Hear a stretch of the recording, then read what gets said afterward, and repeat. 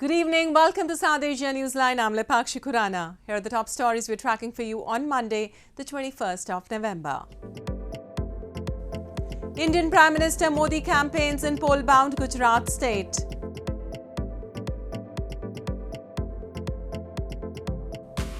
COP27 agrees to set up loss and damage fund. Pakistan PM calls it pivotal step. And low voter turnout, rise of independence likely to change Nepal political landscape. And now for all the details. Indian Prime Minister Narendra Modi on Monday held a series of rallies as he campaigned for his ruling Bharatiya Janata Party in poll-bound Gujarat state. Elections for the 182-member Gujarat Assembly will be held in two phases on December 1st and 5th.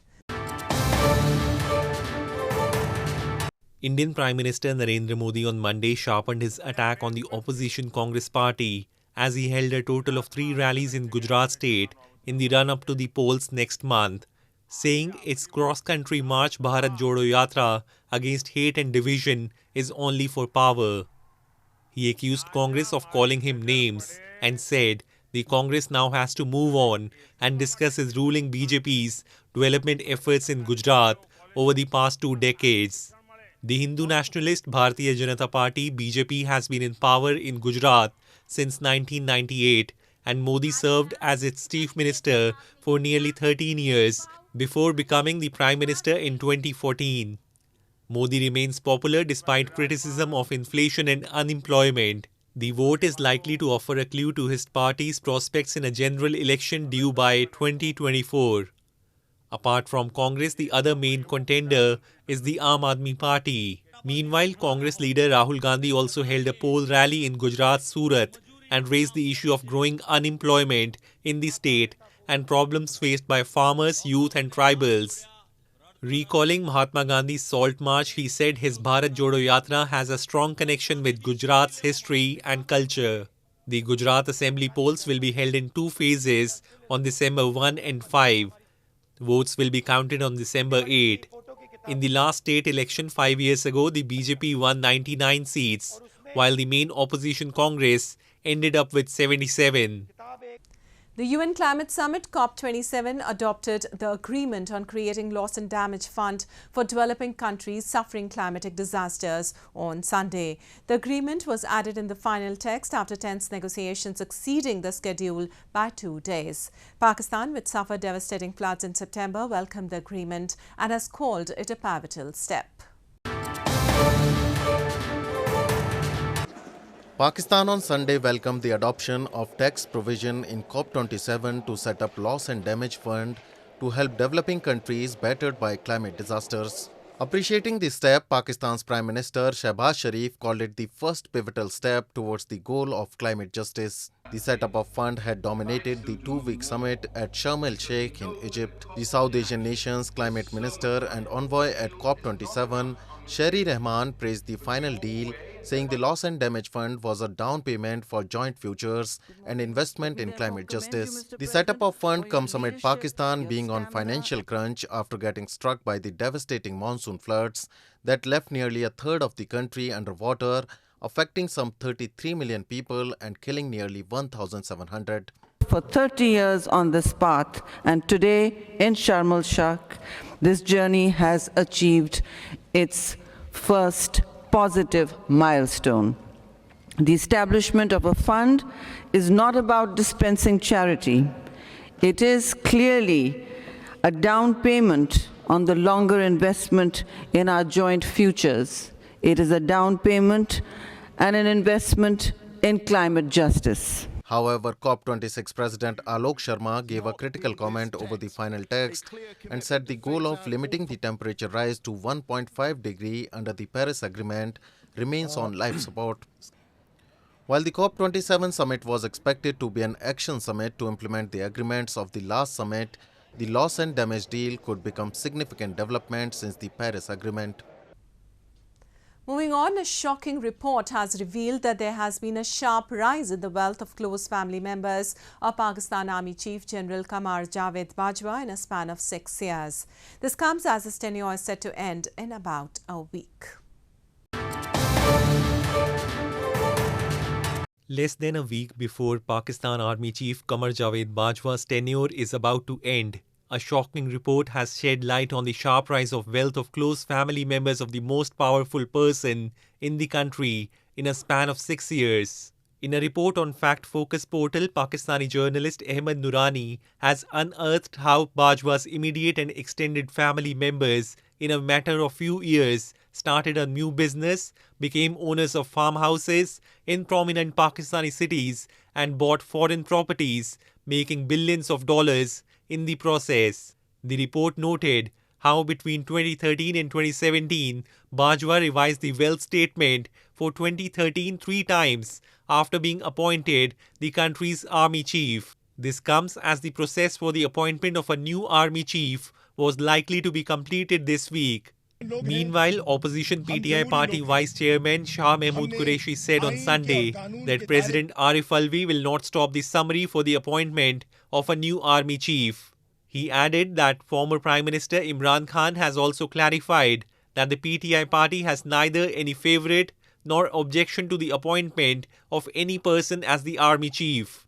The office of the Chief of Army Staff has held importance for a very long time, making the appointment an important issue for political parties.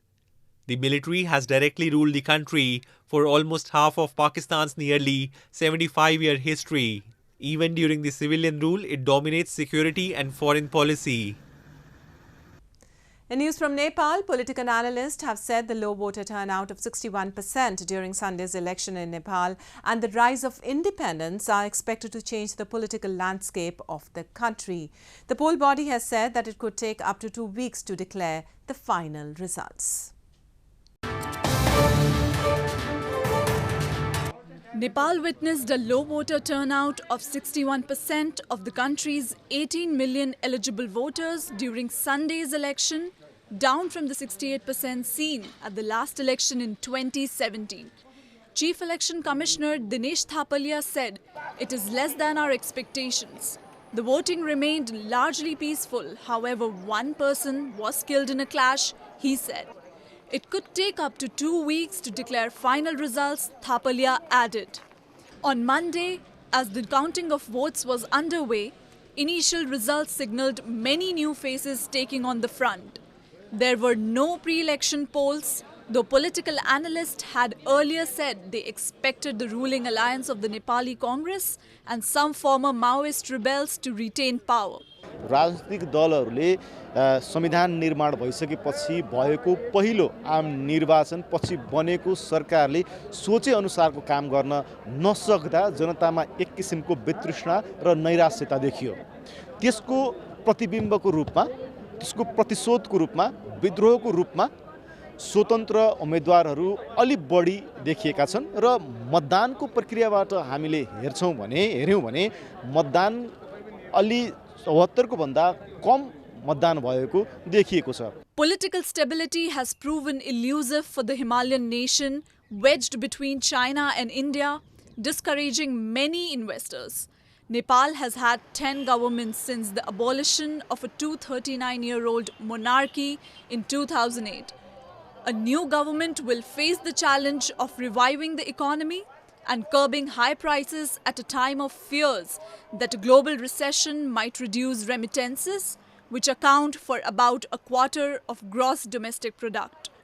Tourism, which contributed 4% to GDP before the pandemic, has yet to fully recover.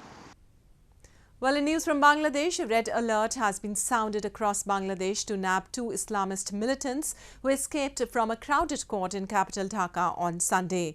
The two were on death row for the 2015 killing of a US blogger critical of religious extremism. 2 Islamist militants sentenced to death for killing an US blogger critical of religious extremism escaped from a crowded court in Bangladesh's Dhaka on Sunday. Avijit Roy, an engineer of Bangladeshi origin, was hacked to death by machete-wielding assailants in February 2015 while returning home with his wife from a Dhaka book fair. His wife, blogger Rafida Bonia Ahmed, suffered head injuries and lost a thumb in the attack. 5 members of an Islamist militant group were sentenced to death last year, while one was jailed for life. Two of those on death penalty escaped on Sunday after bikers sprayed chemical on the police before snatching away the convicts, police said. A massive manhunt has been launched, Home Minister Asaduzzaman Khan told reporters, adding that border forces had also been put on alert. Police has announced an award of $19,350 for tracing the convicts who belong to the Al-Qaeda-inspired domestic militant group Ansar Ullah Bangla team. Police says the group was behind the murders of more than a dozen secular activists and bloggers. Muslim-majority Bangladesh saw a string of deadly attacks between 2013 and 16 targeting bloggers, secular activists and religious minorities claimed by Islamic State or Al-Qaeda-aligned groups. Moving on, the controversial Prevention of Terrorism Act of Sri Lanka will soon be replaced with a new law, the island nation's Justice Minister has said. This comes amid protest by student organizations to demand the release of the leaders detained under the draconian law. Sri Lanka's Justice Minister Vijayadasa Rajapakse has said the government is mulling to repeal the controversial Prevention of Terrorism Act (PTA) as the process of drafting a new law is currently under process, local media reports suggest. Rajapakse added that an anti-terrorism law is necessary to ensure the protection of national security. The existing Anti-Terrorism Act (PTA) was introduced on temporary basis in 1979 to tackle the rise of separatist group LTTE. In 2019, the government tried to replace the controversial act, but after the Gotabaya Rajapaksa took charge as president, government withdrew the draft Counter-Terrorism Act, citing the views of various stakeholders and lack of consensus on the text. The minister's remarks came after Colombo witnessed protests demanding the release of two student leaders detained under the existing anti-terrorism law. The two leaders who were leading the protest against President Rajapaksa were detained in August and faced further detention when his successor Ranil Wickremesinghe assumed the office. Human rights watchdog Amnesty International, condemning the detention, has asked for release of student leaders and demanded the repeal of PTA. International human rights activists and Tamil parties have long dubbed PTA as a draconian law. They claim that the act has been used for over 40 years to enable prolonged arbitrary detention, extract false confessions through torture, and target minority communities and political dissidents in Sri Lanka. With the beginning of the FIFA World Cup in Qatar, football fever has gripped fans across India. Renowned artist Sudarshan Patnaik has made an 8-foot-tall sand art depicting the FIFA World Cup trophy in the beach town of Puri, while some people in Kerala state have painted their houses in the colours of their favourite teams. Take a look. As the 2022 FIFA World Cup kicked off in Qatar on Sunday, football fever has gripped Indians for the first Football World Cup taking place after the COVID-19 pandemic. Renowned sand artist Sudarshan Patnaik has created an 8-foot-tall sand art depicting the FIFA World Cup trophy in the beach town of Puri. The fervour of the game also reached fans in India's southern Kerala, who have bought a house and painted it in the colours of Brazil, Argentina and Portugal, where they say they will gather and watch the matches.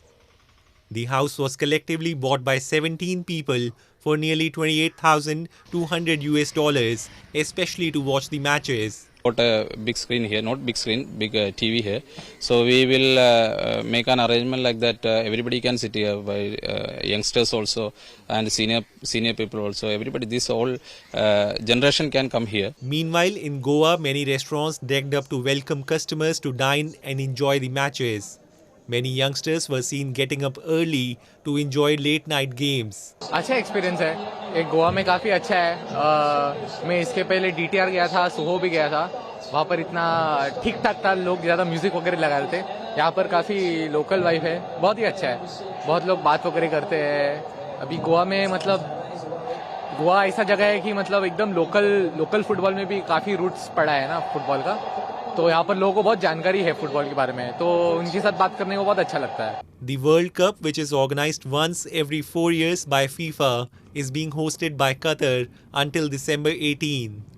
Though India qualified in 1950, they have never actually made it to the World Cup. But every time the event is held, India's football fans do crazy things to express their love for the sport and their favorite international teams. Well, that's all we have for you from South Asia this evening. Now, our viewers can watch the show on SouthAsiaNewsline.com. You can also visit us on Facebook.com/SAsiaNewsline and follow us on Twitter @SAsiaNewsline. That's all in tonight's edition. We'll see you same time tomorrow. Good night.